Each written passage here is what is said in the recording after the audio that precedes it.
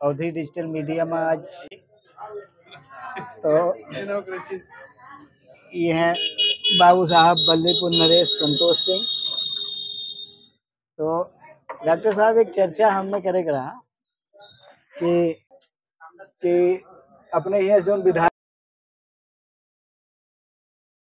तो पहले तो वो सपा से लड़ा रहे, जीत गए, और फिर बाद में वो चला गए। जब चुनाव समीकरण जब चुनाव आए तब पता लगी भैया पहले तो गए तो अभय के मिले, खब्बू तिवारी के मिले, कि ये जो है प्रमोद सिंह भी आए, को भी मिलेगा भारतीय जनता पार्टी से तो सब चुनाव जीतेंगे।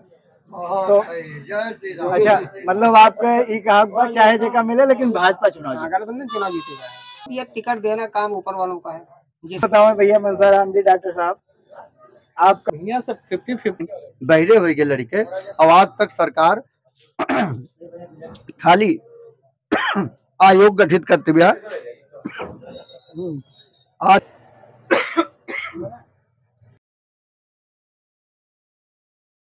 ये सुनाई पड़ा कि भर्ती आज आए कल आए, पुलिस वाले भर्ती बाबा। अच्छा ये बताओ 2.5 लाख भर्ती में 60,000 के बाद और भर्ती भय कहाँ?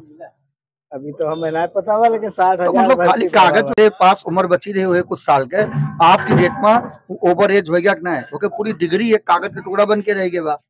अब यह ना है 2000 बन के उनका आज तक नहीं पता बा कि मतलब कब उनके एग्जाम हुए। तो सीधी सी बात, सरकार वो के बने चाहिए जेका देखा सब चीज अपनी जगह पे सही बा, लेकिन अगर पढ़ा लिखा आदमी भटकत रहे, इसे बेरोजगार पढ़ा लिखा भटके, तो वो कोनो भी देश, कोनो भी राज्य और कोनो भी क्षेत्र, कोनो भी समाज के लिए अच्छा ना है बा।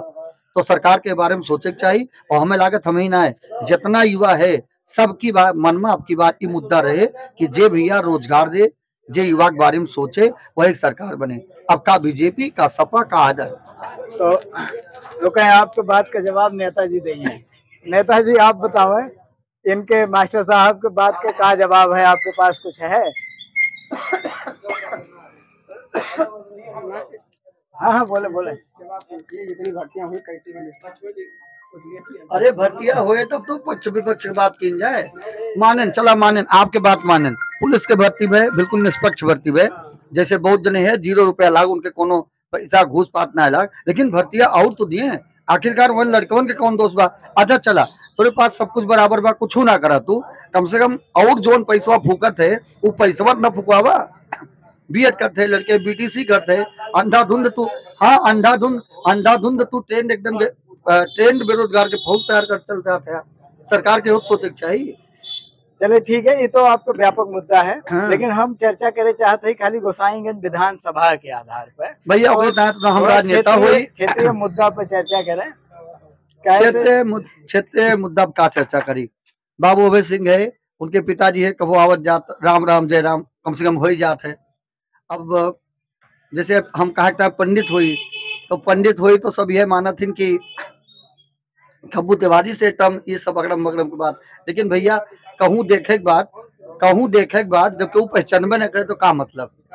तो यस आदमी चाहिए जे कम से कम आम पब्लिक से मिले जुले, ई ना है कि पता लगा हम कहूँ पहुंची 10 जने मतलब वेरी वेरी इंपॉर्टेंट आदमी है उनसे हाथ मिला लिए और बाकी सब उनके गुलाम ना है बा। आज हर आदमी पढ़ा बा, अगर केहू आदमी जीते बा, चाहे बाबू अभय सिंह भे, चाहे पंडित खब्बू तिवारी भे, चाहे A to Z केहू भी बा, अगर ओका जीते के बा तो ओका जमीन पे उतरे के पड़े, ओका आम पब्लिक से मिले के पड़े, सबके सुख दुख में आवे के पड़े। खाली हवाई किला बने से केहू चुनाव जीत ना पाए। अब सब पढ़ा लिखा हो चुका बा, जमाना बदल चुका बा, अब और कुछ ना पूछा। धन्यवाद।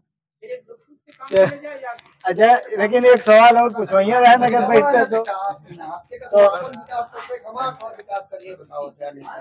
भैया सब भाग गए, क्यों बोले वाला ना है ना, सब चर्चा से भागता है। तो फिलहाल जो बोली अच्छा बोली अमृत मिश्रा जी, बहुत बहुत धन्यवाद आप सबका।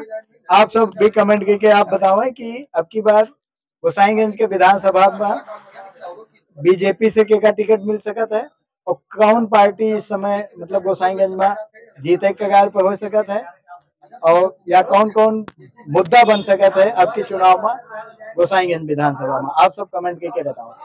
धन्यवाद।